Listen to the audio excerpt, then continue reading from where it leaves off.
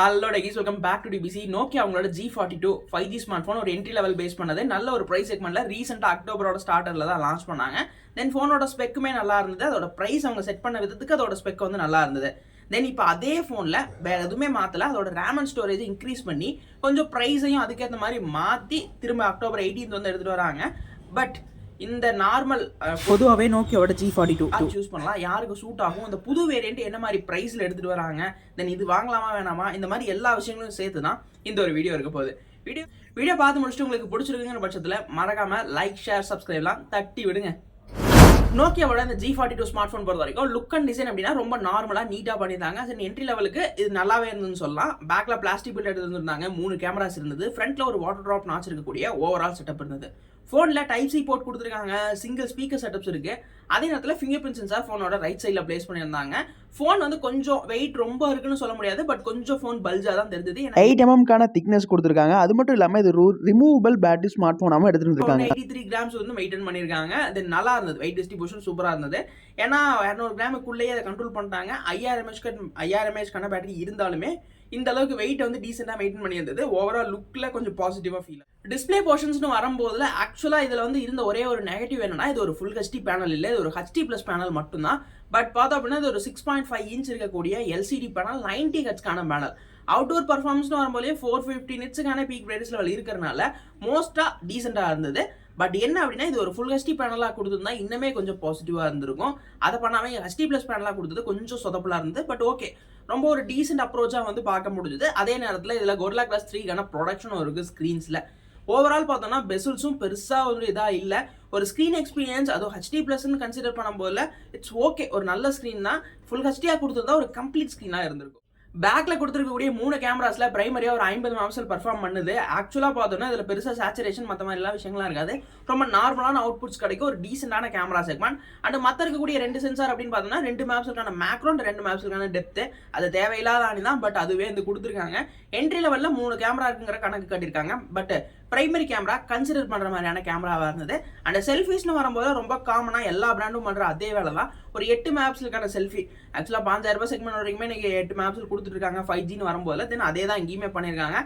Nokia கிட்ட இவ்வளோ நாள் இருந்த ஸ்பெக் அண்ட் ப்ரைஸுக்கு பார்க்கும்போது இந்த ஸ்மார்ட் ஃபோன் டீசெண்டான ஸ்பெக்கை வந்து கேமராஸில் கொடுத்துருந்தது அப்படின்னு சொல்கிற மாதிரி இருந்தது. மெயினாக ஸ்டார்டிங்லேயே சொன்ன மாதிரி இது ஒரு 5G ஸ்மார்ட் ஃபோன். நான் ரொம்ப நாளாக வந்து யோசிச்சுட்டு இருந்தேன் என்னன்னா, நிறைய பேர் டிமென்சிட்டி பக்கமே போயிட்டு இருக்காங்களே. ஸ்னாப்ட்ராகன்லேயும் 1-2 சிப்செட் இருக்குது 5Gக்கு, 480+ இருக்கு. அதெல்லாம் யாருமே யூஸ் பண்ணுறதுனா நான் நோக்கியா அதை கரெக்டாக யூஸ் பண்ணிட்டே இருக்காங்க.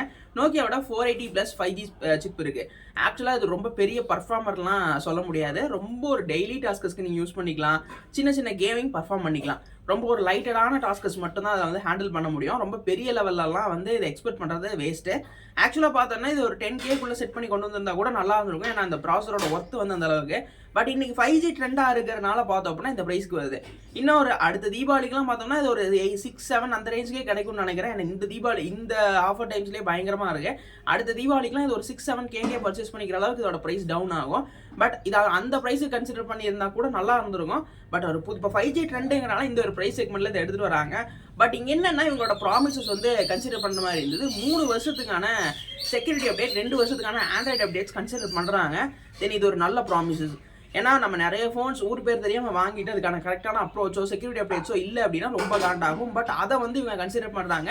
தென் ஒரு ஸ்டாக் ஆண்ட்ராய்டு கிடச்சிரும். மோட்டோக்கு அப்புறம் இவங்க அண்ட் லாவா இவங்களாம் ஸ்டாக் ஆண்ட்ராய்டு ஃபீல் பண்ணுறாங்க. பட் நோக்கியா தான் நான் கன்சிடர் பண்ணணும்னு நினைக்கிறவங்களுக்கு அதுவும் ஒரு நல்ல ஆப்ஷன். ஸ்டாக் ஆண்ட்ராய்டு 13 எடுத்துகிட்டு வராங்க. தென் அதுவுமே கன்சிடர் பண்ணக்கூடிய ஒரு ஆப்ஷனாக இருந்தது.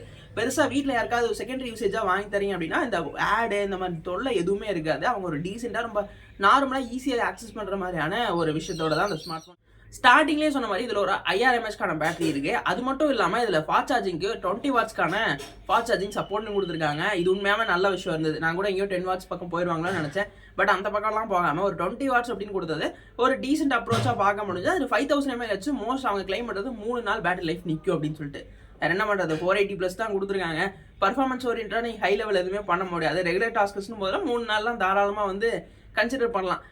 3 நாள்லாம் ஆக்சுவல் 3 நாள் வராதுன்னு நினைக்கிறேன். ஏன்னா யூடியூப் இன்னைக்கு இருக்கக்கூடிய இன்டர்நெட் ஃபாஸ்டர்ஸ்லாம் யூஸ் பண்ணி பார்த்தோம்னா 1 to 1.5 நாள் வந்து கண்டிப்பாக கன்சிடர் பண்ணுற மாதிரி வந்துருக்கும். யூடியூப் பார்த்தாலே சர சார்ஜ் அறிக்கணும். பட் ஒரு நாள் மினிமம் கேரண்டிடாக நம்ம எடுத்துக்கலாம், அவங்க சொல்கிற கிளைமிங்ஸ் இல்லாமல். தென் இந்த மாதிரி விஷயங்கள் இந்த ஸ்மார்ட் ஃபோனில் இருந்தது. ஸ்டார்டிங்கில் வரும்போது பார்த்தோம் அப்படின்னா 6 GB RAM and 64 GB storage என்னமோ ஆக்சுவலாக 128 GB ஸ்டோரேஜ் என்னமோ கிளைம் பண்ணியிருந்தாங்க. தென் ஸ்டோரேஜ் கேப்பபிலிட்டி சூப்பராக இருந்துன்னு சொல்கிறோம். ஆனால் பட் அவங்க கிளைம் பண்ணது என்னன்னா இது வந்து 11 GB ரேம் இருக்கக்கூடிய ஸ்மார்ட் ஃபோன் அப்படின்னு. விர்ச்சுவல் ரேம் 5 GB எக்ஸ்ட்ரா வந்து கிளைம் பண்ணி 11 GBன்னு சொன்னாங்க. தென் பார்க்க நல்லா அட்ராக்டிவாக இருந்தது. விர்ச்சுவல் ரேம்னால பெருசாக எந்த ஒரு ஆணியுமே அது ஒரு தேவையில்லாத ஆணி தான். பட் அது அந்த 6 GB ரேம்ங்கிறது கன்சிடர் பண்ணுற மாதிரி இருந்தது. லைவ்ல அது ஒரு 12,500க்கு ஸ்டார்ட் பண்ணாங்க. இப்போ போய் பார்த்தோம் அப்படின்னா இது ஒரு 12,000க்கு ஆக்சுவலாக இருந்தது. நல்ல ஒரு ப்ரைஸ் செக்மெண்ட்ஸாக கன்சிடர் பண்ணுற மாதிரி இருந்தது. இந்த ஆஃபர்ஸ் கரெக்டாக இப்போ நான் வீடியோ பண்ணும்போது ஃப்ளிப்கார்ட்டோட பிக் பில்லியன் டேஸ் லைவ்ல இருக்குது. இப்போ நீங்கள் இந்த வீடியோ பார்த்து இதை சூஸ் பண்ணணும்னு நினச்சா கூட, நான் வந்து சூஸ் பண்ணுங்கன்னு சொல்ல, சூஸ் பண்ணணும்னு நினச்சா கூட இதை ஒரு 1000 ரூபா டிஸ்கவுண்ட்டில் பர்ச்சேஸ் பண்ணிக்கலாம். பட் இப்போ இந்த புதுசாக வந்திருக்கக்கூடிய வேரியண்ட் இது பார்த்தோம் அப்படின்னா 16 GB ரேம் அண்ட் 256 GB ஸ்டோரேஜோட கொண்டு வராங்க. ஒரு 17,000 ரூபாய்க்கு ப்ரைஸ் பண்ணுறாங்க. 16 GB ரேம் அப்படிங்கிறது 8 GBக்கான இன்டர்னல் ரேம், 8 GBக்கான விர்ச்சுவல் ரேமோட எடுத்துகிட்டு வராங்க. பட் 256 GB ஸ்டோரேஜ், இதுக்கு நான் வந்து வேறு ஏதாவது ஸ்மார்ட் ஃபோன் சூஸ் பண்ணலாமே அப்படிங்கிற ஒரு ஃபீல் வரும். ஏன்னா டெக்னோவோட போவோ 5 Pro கூட இருக்குது. இந்த பட்ஜெட்டில் கன்சிடர் பண்ணுற மாதிரி 256 GB ஸ்டோரேஜ், இன்னும் பர்ஃபார்மன்ஸ் வேரியன்டாக சிப்பும் பயங்கரமாக. பட் நான் நோக்கியா தான் வாங்கணும்னு அடம் பிடிக்கிறவங்களுக்கு இந்த வேரியன்ஸ் இருக்குது. பட் 256 GB வந்து இது ஒரு அந்தளவுக்கு வந்து கன்சிடர் பண்ண வேணாம் தான் சொல்லுவேன். ஏன்னா 18,000 ரூபா 17,000 ரூபா பக்கமாக போயிடுது. அந்தளவுக்கு வந்து இன்னும் நிறைய ஆப்ஷன்ஸ் நமக்கு வந்து இந்த டைம் மார்க்கெட்டில் இருக்குது. நீங்கள் வந்து ஒரு 11,000 10,000க்கு சூஸ் பண்ணணும் அப்படின்னா கொஞ்சம் இன்னும் கூட வெயிட் பண்ணி இந்த ஸ்மார்ட் ஃபோன் ட்ரை பண்ணலாம். நோக்கியா தான் வாங்கணுங்கிறவங்களுக்கு இதை ட்ரை பண்ணாமல் தவிர்த்து மற்றபடி மார்க்கெட்டில் இதுதான் ஆப்ஷன். 5Gல சரியா நல்ல ஆப்ஷன்ஸும் வந்து இருக்கதா செய்யுது. தென் இப்போ இந்த ஸ்மார்ட் ஃபோன் நோக்கியா சைடில் வந்து கண்டிப்பாக கன்சிடர் பண்ணுற மாதிரியான ஒரு ஸ்மார்ட் ஃபோனாகவும் ஃபீல் ஆச்சு. தென் அதுதான் வந்து என்னோட ஒரு ஒப்பீனியனாக இருந்தது. நோக்கியா தான் வாங்கணும்னு ஆடம் பிடிச்சா நீங்கள் வாங்கலாம், தப்பே கிடையாது. இந்த வீடியோ வந்து உங்களுக்கு பிடிச்சிருக்கு, யூஸ்ஃபுல்லாக இருக்குது அப்படின்னா மறக்காமல் லைக், ஷேர், சப்ஸ்கிரைப்லாம் தட்டி விடுங்க. உங்கள் ஃப்ரெண்ட்ஸ் யாராவது பார்க்கணும்னு நினச்சா ஷேர் பண்ணுங்கள்.